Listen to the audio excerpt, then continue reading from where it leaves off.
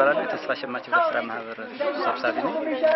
ይሄን ጤፍ ያው ከስቴ አካባቢ ከመጣው 220 ኪሎ ግራም ማለት ኩንታል ጤፍ ነው የመጣው። ስለዚህ ይሄን ጤፍ ስናመጣ የበጀት ምንጫችን እንግዲህ አስተዳደር ምክር ቤቱ በማስተባበር ካሪያ ገንዘብና ቁጠባ 750 ሺህ ብር ነው። እንዲሁም ደግሞ ከራሱ የማህበሩ ካፒታል አለ። ከማህበሩ ካፒታል በተጨማሪ ደግሞ የአባላት ቅድመ ክፍያ በማሰባሰብ ይሄ ሁሉ ተጠማምሮ የመጣ ነው። ስለዚህ የአንድ ኩንታል ዋጋ እስከ 9800 ነው። 9800 መጫኛ ምንም ጨርሶ እስከዚህ የገባበት። ስለዚህ ማህበሩ አሁን እየሸጠ ያለው ለጠቅላላ ባሉ በ9800 መሆኑ ነው። የገበያ ልማት ጽሕፈት ቤት ኃላፊ ያው ይህን ስራ ስንሰራ እጅግ በጣም ብዙ ፈታኝ ነገር አለ። አንደኛው የበጀት ጉዳይ ችግር ነው። ሁለተኛው ደግሞ እንደተፈለገ ምርት ለማምጣት ያው የወቅቱ የሰላም ጉዳይ ትንሽ አስቸጋሪ ነገር ነው። ይህም ቢሆን ተቀናይተን ከጋራ አካላት ጋር በተለይ ማህበራት ንግድ አስተዳደር ምክር ቤቱን ጨምረን ሸማች ማህበሮቻችን በማጠናከርና ወደ ስራ በማስገባት ይህ ምርት እንዲመጣ ተደርጓል። ይሄ ምርት እንግዲህ ወደ 220 ኩንታል ነው የመጣው። ሌላም ማህበር አለ ህይወት ሸማች ማህበር፣ እሱም በተመሳሳይ 220 ኩንታል ያስመጣ ነው አሁን ይገባል ዛሬ። ስለዚህ ይሄንን ቅድም ሲሉ እንደነበረው ምስጋናው ለሸማች ማህበረሰባችን ቢያንስ እንኳን ካለው ከገበያ ዋጋ ቀንሶ እንግዲህ ገበያ ላይ የሚሸጠው 330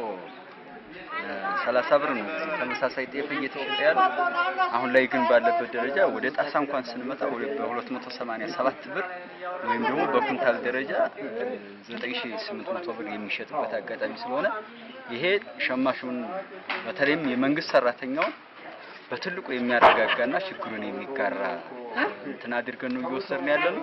ይሄን ምርት አጠናክረን ለቀጣይ መቀጠል መቻል አለብን የሚል አቋም ይዘናል። ምናልባት እንደ አስተዳደር ምክር ቤቱ ከተበጀተልን 10 ሚሊዮን ብር አሁን ላይ የጥሬ ብር እጥረት ስለገጠመን 1.5 ነው የተሰጠን። ይሄን ብር ደግሞ ለሁለቱም ሸማች ማህበሮች በማከፋፈል 750 ሺህ ብር እንትን ብለው የራሳቸውን እሴት ጨምረው ምርቱን ይዘውበት የመጡበት አጋጣሚ ነው ያለው። ይሄን ምርት አሁኑኑ እየሸጥን ነው። በአየር ላይ ያለን ነው። በ3 ወር ክፍያ ነው።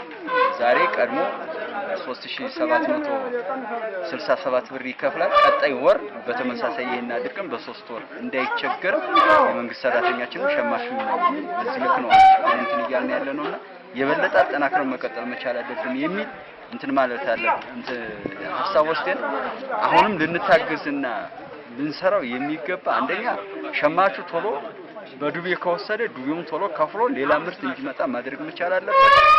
አስተዳደር ምክር ቤቱን ይሄንን እገዛውን አጠናክሮ መቀጠል መቻል አለበት። ይሄን ካደረግንና ምርት ካቀረብን ብቻ ነው አሁን ያለውን የዋጋ ንረት ወይም ደግሞ የኑሮ ውድነቱን መቀነስ የምንችለውና በዚህ ልክ አብረን አያይዘን የምንሰራ መሆኑን እናንተም እንትን ብላችሁ ከጎናችን በበለጠ ደግሞ የወረዳችን ኮሚኒኬሽን ለዚህ አይነት ዘገባዎችን በመዘገብ ባለሀብቶችን ጭምር እኛም እናቀርብላችሁ እንዲሉ ኮምፒቲሽን እንዲፈጥሩ ከማድረግ አኳያ እያገዛችሁ ነው ያላችሁ።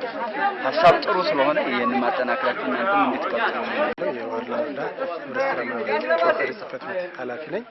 እንግዲህ በዛሬው ዕለት እንደምታዩት በወረዳችን 4 ሸማች ማህበሮች አሉ። ከ4 ሸማች ማህበሮች መካከል ተስፋ ሸማች ማህበር አንዱ ነው ከኮምቦ ከተማ ውስጥ የሚገኝ። ስለዚህ ተስፋ ሸማች ማህበር ኮሚቴዎቹ ባደረጉት ጥረት በመስሪያ ቤቱ ጋር ከአደራጅ መስሪያ ቤቱ ከንግድ ተቋም ከሌሎች አጋር አካላቶችና ከአስተዳደር ምክር ቤቱ ጋር በጋራ ግብይት ተደርጓል። በዛሬው ዕለት ግብይት የተደረገው ጤፍ ነው። ይህ ጤፍ ከእስቴ ጎጃም የመጣ ጤፍ ነው። ወደ 220 ኩንታል የመጣ ነው። ይሄም ጤፍ ለመንግስት ሰራተኛው በወረዳው ለሚገኘው ለመንግስት ሰራተኛው አገልግሎት የሚውል ነው።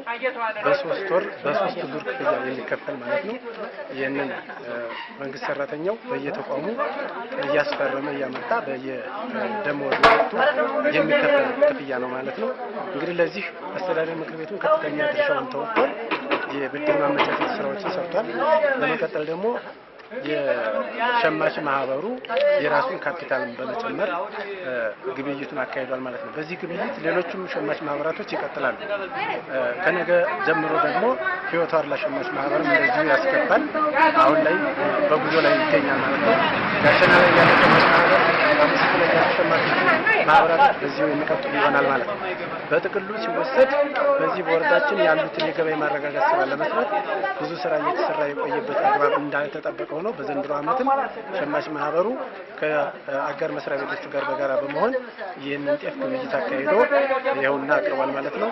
ከዚህ ሰዓት ጀምሮ መንግስት ሰራተኛው ወደ አካውንት ቅድሚያ ክፍያውን እየከፈለ የሚወስድበት አግባብ ይፈጠራል ማለት ነው። ጤፍ እንደምታዩት አሁን በወዛደሮች እየወረደ ይገኛል ማለት ነው።